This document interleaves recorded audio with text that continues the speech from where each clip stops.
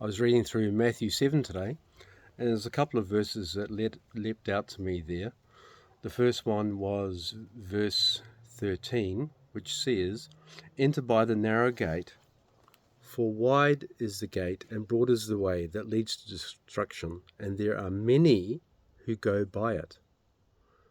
Because narrow is the gate and difficult is the way which leads to life, and there are few who find it."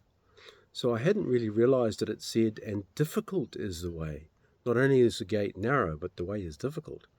So I thought that was pretty interesting. And then in verse 21, which I think is one of the more scary verses in the New Testament, Matthew 7:21, "Not everyone who says to me, 'Lord, Lord,' shall enter the kingdom of heaven, but he who does the will of my Father in heaven. Many will say to me in that day, 'Lord, Lord, have we not prophesied in your name, cast out demons in your name, and done many wonders in your name?'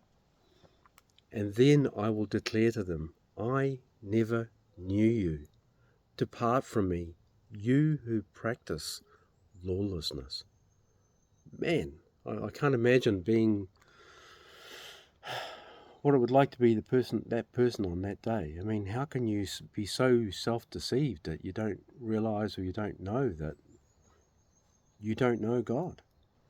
But it says, and I think the scariest part is at the start of verse 22, where it says, "Many will say to me." That's not half, that's not some or a few, that's many. To me, many means like a lot, or maybe even most. So that's pretty. I think that's pretty full on. But I think also what it's really saying there is it's saying that they must be in a place, because it says, "Depart from me, you who practice lawlessness." So that shows that those people have a relationship with sin, that they're okay with it, that they're ongoingly doing stuff, that the actual fact that they've made a commitment to God, that Jesus is the Lord of their life, there's been no transformation in their spirit, there's been no transformation in who they are or in how they live their life.